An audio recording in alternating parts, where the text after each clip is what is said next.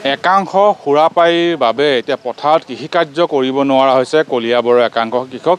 কিয়নো এই পথাৰৰ মাজত থকা যি পথ আছে এই পথৰ কাষতে নিশা হ'লে ইয়াত সুৰাৰ আড্ডা চলে আৰু সেই সুৰাপায়ীসকলে সেই সুৰাৰ বটলসমূহ পথাৰত পেলাই দিয়ে। মই দেখুৱাইছোঁ এনেদৰে এই যি কলিয়াবৰৰ সোণাৰী গাঁও, দুলাল মাধৱ, মিৰিভেটি, বৰভকতি বা দলিবাৰী এই অঞ্চল সংযোগী যি পথাৰৰ মাজে যি পথ আছে এই পথৰ আশে পাশে একাংশ উদন্ত যুৱক নিশাৰ ভাগত সন্ধিয়াৰ পৰা নিশালৈ এই পথটোৰ আশে পাশে সুৰাৰ আড্ডা বহে আৰু সেই সুৰাপায়ীসকলে এনেদৰে ধাননি পথাৰত বটল পেলাই দিয়ে আৰু তাৰপিছত হাল বোৱাৰ সময়ত কৃষকৰ নাঙল বা ট্ৰেক্টৰে যেতিয়া চলে পথাৰত হাল বোৱাৰ সময়ত সেই বটলসমূহ ভাঙি যায় আৰু তাৰপিছত যেতিয়া পথাৰত কৃষক নামে তেওঁলোকৰ ভৰি কাটে আৰু তেওঁ বছৰটোৰ কাৰণে কৃষিকাৰ্যৰ পৰা বিৰত থাকিবলগীয়া হয়। আৰু নিশাৰ ভাগত এই সুৰা আড্ডা প্ৰতি নিশাই এই পথটোত সোণাৰী গাঁও, বৰভকতি, দুলাল মাধৱ, দলিবাৰী এই সংযোগী যি পথ আছে কলিয়াবৰী পথাৰৰ মাজে এই পথৰ আশে পাশে সুৰাৰ আড্ডা বহে, যাৰ ফলত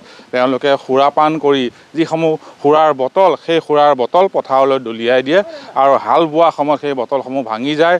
সেই বটল পৰৱৰ্তী সময়ত পুৱাৰ ভাগত যেতিয়া কৃষকে পথাৰত হাল বাই কৃষিকাৰ্যত নামে তেওঁলোকৰ ক্ষতি হয়, ভৰি কাটে।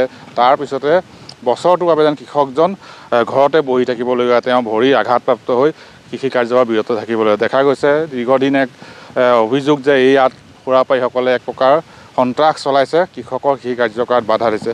কি হয় ইয়াত নিশাৰ ভাগত?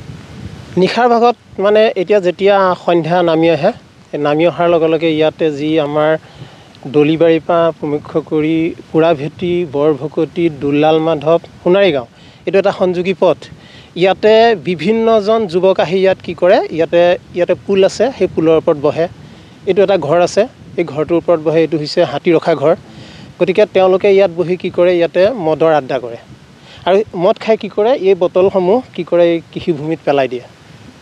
পেলাই দিয়াৰ ফলত কি হৈছে, ইয়াতে বটল ট্ৰেক্টৰ যেতিয়া হাল বোৱা যায়, ট্ৰেক্টৰে হাল বাওঁতে বটল ভাঙিছে আৰু খেতিয়কৰ ভৰি কাটিছে। ভৰি কটাৰ ফলত এজন খেতিয়কৰ যি কৃষিকাৰ্য সেই কৃষিকাৰ্য কৰিবলৈ যাওঁতে তেওঁ অপাৰগ হয়, কাৰণ তেওঁ সেই 2-3 মাহৰ কাৰণে আৰু কৃষিকাৰ্য কৰিব নোৱাৰে।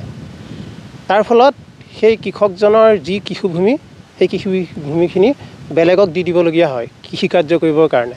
আৰু ইয়াত যিখিনি কৃষকে খেতি কৰে সকলোৱে যে তেওঁৰ দুখীয়া কৃষক, আৰু দুখীয়া কৃষকসকলে যে ইয়াত কৃষি কৰে তাৰ পৰা তেওঁৰ ঘৰখন চলে আৰু তেওঁ হাতে হালোৱা, কোৰ মাৰে, তাৰপিছত কঠীয়া তোলে, কিন্তু সেইখিনিতো তেওঁ কৰিব পৰা অৱস্থা নাথাকে আৰু। গতিকে যেতিয়া এজনী ৰোৱনীয়ে ৰুবলৈ আহে, হয়তো ৰোৱনীজনীৰ হাতটো কাটিব, হাতটো কটাৰ লগে লগে ৰোৱনীজনীৰতো ঘৰখন চেচ। কাটিছে। যোৱা বছৰ এজনৰ কাটি তেখেতে গোটেই কৃষিভূমি এৰি দিলে, এইবছৰ আকৌ 2জনমানৰ এতিয়া কাটিলে। কাটাৰ ফলত এতিয়া কি হৈছে, এতিয়া যিসকল যুৱক ইয়াত গোট খাইহি তেওঁলোকক আমি যেতিয়া ৰাইজে কিবা এটা কৰিব পাৰে, কিন্তু কৰিবলৈ যাওঁতে তেওঁলোকে ৰাইজৰ লগত কাজিয়া কৰিব। কাজিয়া যে প্ৰশাসনৰ ব্যৱস্থা মানে প্ৰশাসনৰ ব্যৱস্থাটো যোৱা বছৰ আমি জনাইছিলোঁ, তেওঁলোক 2দিনমান এই পথেদি অহা যোৱা কৰিলে, সন্ধিয়া সময়ত তেওঁলোকে টহল দিলে, তাৰপিছত বস্তুটো তেনেকৈ ৰৈ গ'ল। নিয়মীয়া টহল দিব লাগে। আৰু কথাটো হৈছে কি, তেওঁলোকে আচলতে নাজানে, যিসকল ইয়াতে মদ্যপান কৰিবলৈ আহে তেওঁলোকে নাজানে যে চাউলখিনি ক'ৰ পৰা আহে, সেই চাউলখিনিত কৃষকসকলৰ ভাৰতীয় অৰ্থনীতিত যথেষ্ট অৱদান আছে, ক্ষুদ্ৰ অকণমান হ'লেও, বেজীৰ আগটো সমান হ'লেও অৱদান আছে। আৰু সেইখিনি তেওঁলোকে নাজানে কাৰণে আজি তেওঁলোক এই কামটো কৰিছে। কাৰণ তেওঁলোকক ঘৰত তেওঁলোকৰ মাকে ভাতকেইটা বনাই দিয়ে, ভাতকেইটা খায়, ভাতকেইটা খোৱাৰ যে ভাতকেইটা ক'ৰ পৰা আহিছে সেইটোতো তেওঁলোকে নাজানে, সেইটো উপলব্ধি তেওঁলোকে কৰিব পৰা নাই। আৰু যদি সেইটো উপলব্ধি কৰিব পাৰিলেহেঁতেন আজি এই কামটো নকৰিলেহেঁতেন। আৰু ৰাইজে আমাৰ এইটো কাম কৰিব পাৰে যে সন্ধিয়া সময়ত ৰাইজ ওলাই আহি ইয়াতে তেওঁলোকক মাৰপিট কৰিব পাৰে, কিন্তু সেই কামটো এটাই কাৰণে কৰা নাই যে ক'ব তোৰ পইচাৰে মদ খাইছোঁ নেকি, তোৰ পইচাৰে আমি মদ খোৱা নাই। গতিকে এটা মানে অপ্ৰীতিকৰ পৰিস্থিতিৰ উদ্ভৱ হ'ব। গতিকে আমাৰ যি কলিয়াবৰৰ প্ৰশাসন ব্যৱস্থা, সমজিলা আয়ুক্তকে মুখ্য কৰি সমজিলা আৰক্ষী বিষয়াক আমি অনুৰোধ জনাইছোঁ যে ইয়াৰ এটা বিহিত ব্যৱস্থা ল'ব লাগে। নিশ্চয়কৈ মই দেখুৱাইছোঁ, এইটো হৈছে পথ সোণাৰী গাঁৱৰ পৰা দুলাল মাধৱ, বৰভকতি, দলিবাৰী এই সংযোগী এটা পথাৰৰ মাজত থকা এটা সুন্দৰ পথ। এই পথৰ আশে পাশে সন্ধিয়াৰ পৰা নিশালৈ ইয়াত সুৰাৰ আড্ডা বহে আৰু সেই সুৰাপায়ীসকলে তেওঁলোকৰ যি সুৰাপান কৰিবলৈ অনা বটলসমূহ পথাৰলৈ দলিয়াই দিয়ে। যিহেতু এতিয়া পথাৰৰ ধান ৰোৱাৰ সময়, পথাৰৰ কৃষক কৃষিকাৰ্যত ব্যস্ত হৈছে। এই সময়ছোৱাত এই বটলসমূহ যেতিয়া পথাৰত পৰি থাকে, সেই হাল বোৱা সময়ত সেই বটল ভাঙি যায় বা ভাঙি পেলাই পথাৰলৈ বটল দলিয়াই দিয়ে সুৰাপাৰীসকলে, যাৰ ফলত কৃষক ক্ষতিগ্ৰস্ত হৈছে। কৃষকে পথাৰত নামিব নোৱাৰা এক পৰিৱেশ হৈছে আৰু কৃষকে এই বটলৰ যেতিয়া বহু কৃষকৰ ভৰি কাটিছে, যাৰ ফলত তেওঁ কৃষিকাৰ্যৰ পৰা বিৰত থাকিবলগীয়া হৈছে।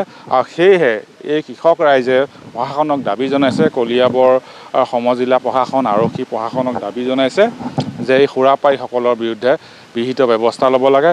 এই পথটোত নিশাৰ ভাগত নিয়মিতভাৱে টহলদাৰী কৰ্তব্য পালন কৰিব লাগে। আৰক্ষীয়ে যাতে কোনো সুৰাপাৰী ইয়াত সুৰাৰ আড্ডা কৰিব নোৱাৰে আৰু সুৰাপাৰীয়ে কৃষকৰ যি ক্ষতি কৰিছে সেয়া যাতে কৰিব নোৱাৰে, তাৰ বাবে ব্যৱস্থা ল'বলৈ কলিয়াবৰ আৰক্ষী প্ৰশাসনক তেওঁলোকে দাবী জনাইছে। আৰু নহ'লে কৃষকে কিন্তু কৃষিকাৰ্যৰ পৰা বিৰত থাকিবলগীয়া হ'ব আৰু কৃষকৰ বৃহৎ ক্ষতিগ্ৰস্ত হ'ব। আৰু কৃষকসকলক সুৰক্ষা দিবলৈ এতিয়া প্ৰশাসনে ব্যৱস্থা গ্ৰহণ কৰিব লাগে বুলি সকলো কৃষকে কিন্তু দাবী উত্থাপন কৰা পৰিলক্ষিত হৈছে।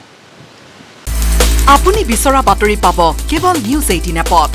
নিউজ 18 এপ ডাউনলোড কৰিবলৈ স্কেন কৰক এই QR কোড। গুগল প্লে ষ্টৰতো পাব এই নিউজ 18 এপ।